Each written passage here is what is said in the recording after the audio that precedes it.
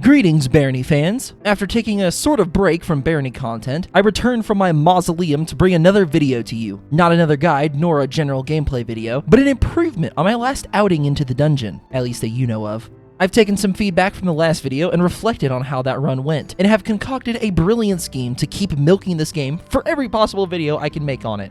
I will be doing the same thing as before, but in as well as a different race and class combo.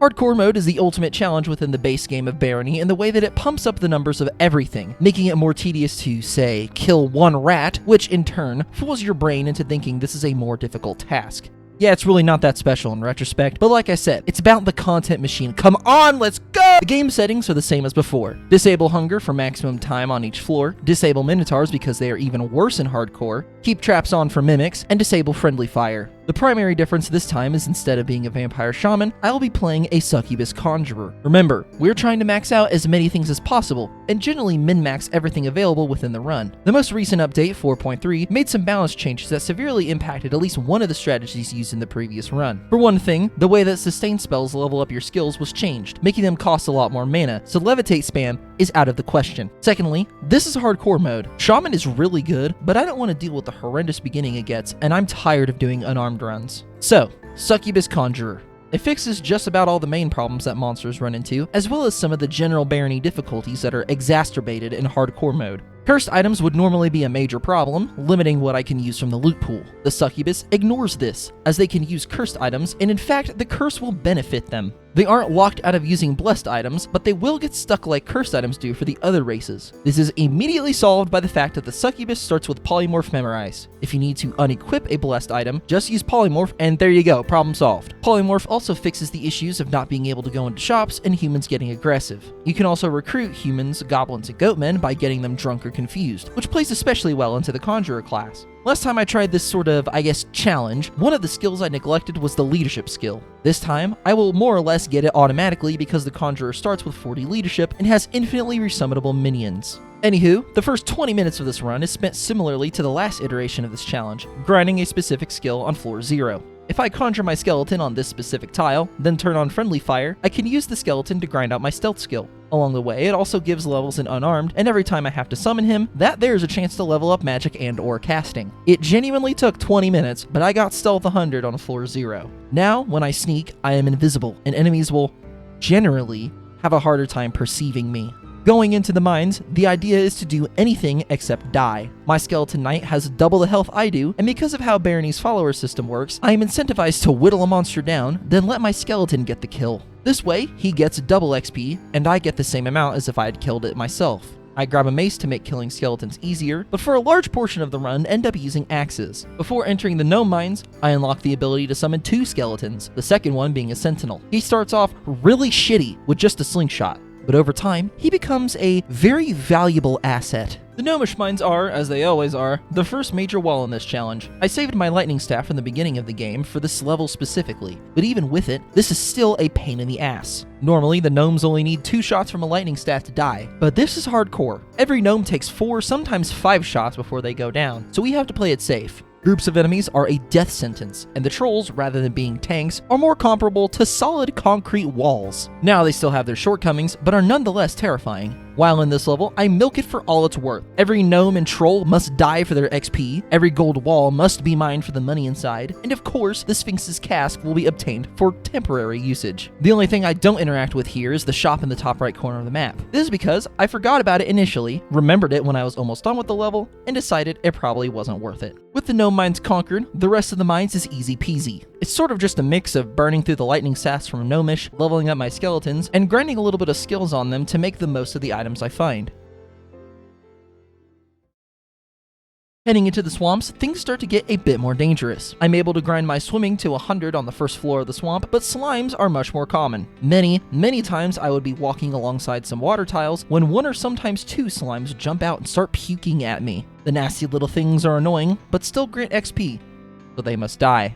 Also, on the first floor of the swamps, I encountered the goblin shaman and his squad of goons. My skeletons did most of the work, but I still valiantly swooped in to save the day from the green menace. I'm doing my part.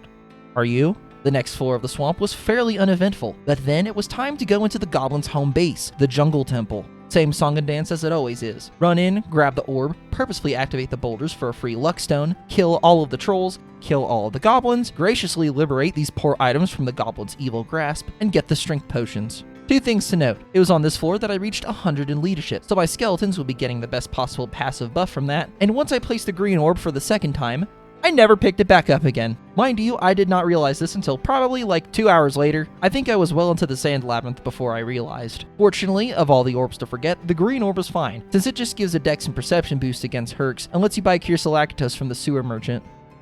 Fuck my stupid shut life.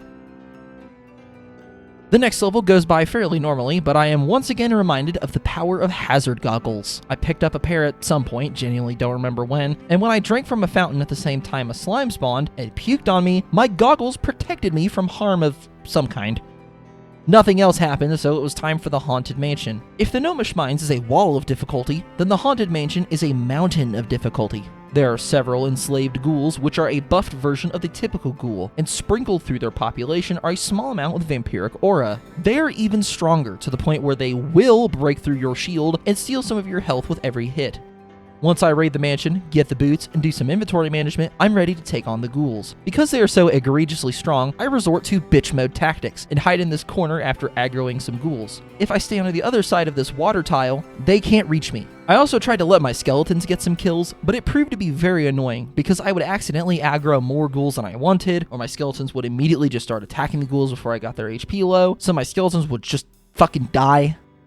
Once the mansion is cleared, I go to the next level where there's an oddly large amount of ghouls just meandering about. Like, normally there's never this many, so I don't really know what happened. Maybe it's because the level was so open? Whatever. Anyway, before the labyrinth, I do some more skill grinding on my skeletons, this time with sword and blocking, making a decent amount of progress. By this point, I've maxed out swimming, leadership, appraisal, magic, casting, and stealth, with blocking and axes getting very close.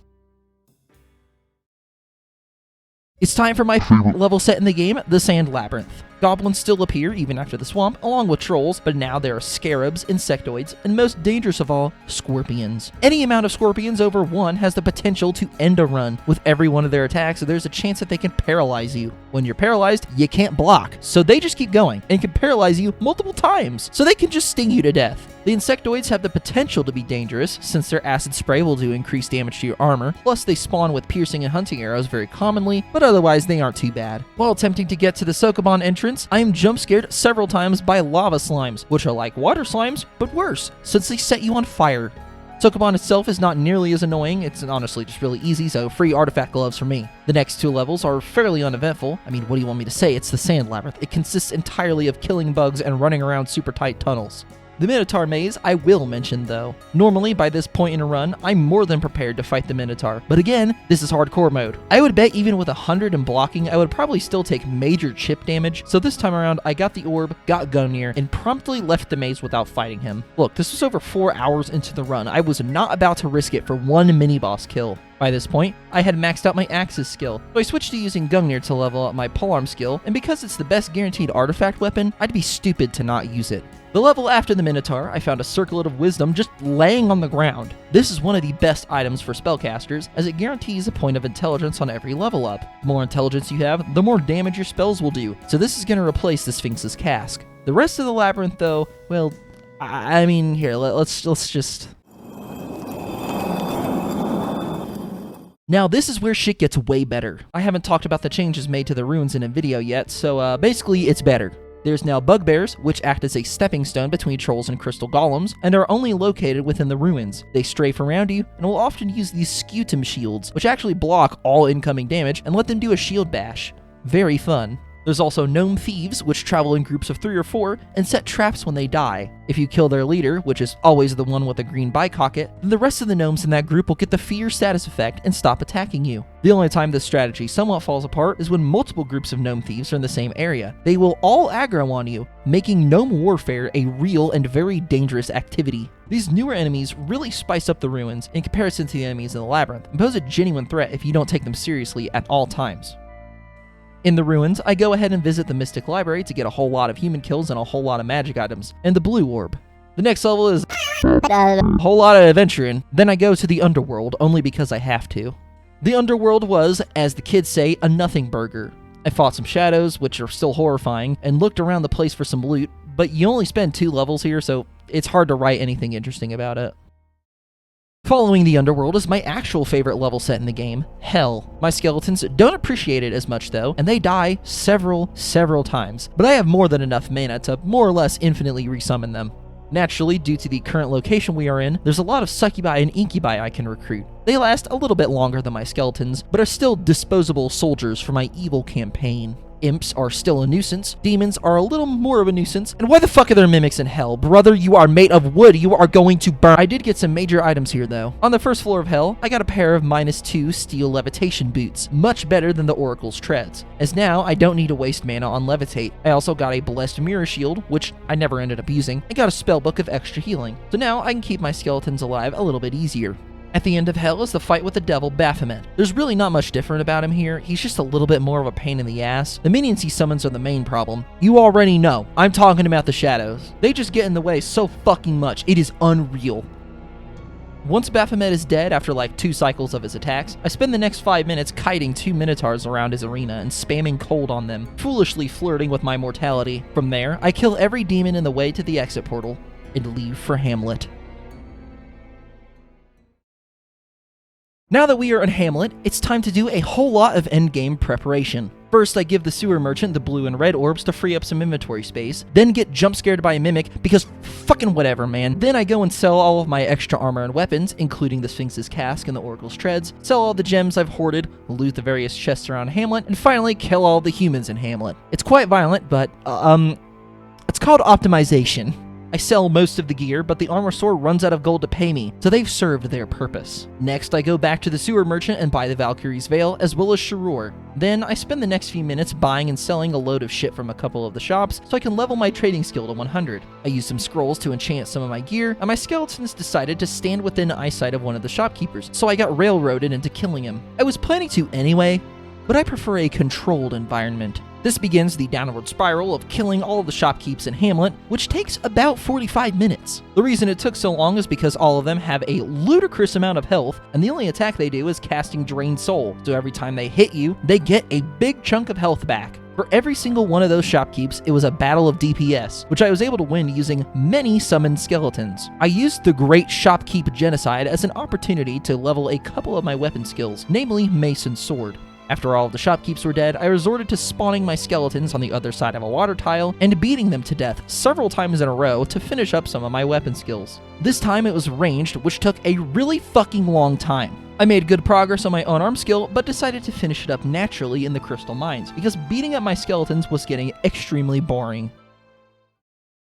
Getting to the Crystal Caves marked the beginning of the end for my run, and it was going extremely well, considering it was in hardcore difficulty. I still had to keep my guard up though, because even with my character being so high level, some of the enemies in the caves can still end the run. There was a hardcore run I had a long time ago where I got to the Crystal Caves and on the first or second floor of it, I encountered a Crystal Golem and it used Power Strike, and I didn't get away in time, resulting in a one-hit kill. This moment gave me long-term PTSD, so now whenever I see one of the big blue bastards, I start having a realistic depiction of a panic attack. Once more, the Conjurer excels in this department because I can just let the skeletons do all the fighting, and by this point, they actually aren't too bad. Now they still die pretty regularly since I'm not the best at managing their health, but it's about the journey and the view count of this video. Like and subscribe. Not only am I completely avoiding the golems, I am also completely avoiding the cockatrices. They're the strongest enemy in a normal game at Barony, and in hardcore, they have 1000 HP, so we're just gonna leave them alone. Notable items gained in the Crystal Cave were a cursed mirror shield, very nice, and a spellbook of remove curse at the end, which is completely useless.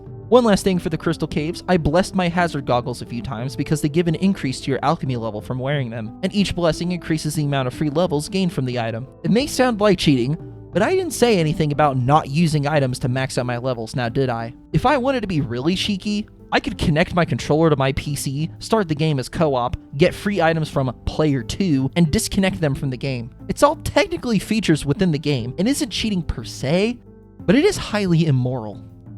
Anyway, I'm a homeless man. The final zone of the game, the Citadel. By this point in the run, I was very tired of playing Barony. The total time of the run was somewhere around 7 hours, and this play session was right at 4.5 hours, so I was starting to feel some major burnout. As a result, this is the least optimized zone in the whole playthrough. I didn't kill nearly every enemy on the map, I basically just looked for the exit and killed anything directly in the way. I did do Bram's Castle, which, I mean, I was over level 100 by this point, it was just a joke. It did give me the Wraith's Gown though, so it was worth something. I also ended up recruiting each of Bram's wives, but only one of them survived through the next level. After 7.5 hours, I finally made it to the Sanctum. I drank several boost potions, used the last of the scrolls to enchant Gungnir a few more times, summoned my skeletons, and started the fight against the twins. The last of Bram's wives, Verona, died to Eridus, but my skeletons held up relatively okay. Once Orpheus was killed, Eridus was not very hard. Her whole game plan is to shoot magic in your general direction. This is countered by my mirror shield, which does not degrade in quality when it reflects magic, meaning I can stand in front of her and she dies from her own spells. Very intelligent, Eridus. With the twins defeated, I've done it again. I did a ridiculously long Barony playthrough with the goal of maxing out every skill I can. I believe this time I have done it, and look, there's even proof on my leaderboard chart. I got 100 in stealth, blocking, ranged, unarmed, swords, polearms, axes, swimming, leadership, appraisal, alchemy by technicality, magic, and casting. The only skill I did not get to max out was tinkering, which remained at 0. Very poetic. I was level 104, with my completion time being 7 hours and 41 minutes. If there's anything to take away from this playthrough, it should be to not do it. It was cool to see all the skills be maxed out, but good lord, the burnout is just nuclear. And if you make one mistake, one little fuck up, that can end your run, wasting several hours of time. I think that's the lesson to impart here. Time is precious, so only waste it if you ultimately will gain something in the end. That's it for now, and always remember,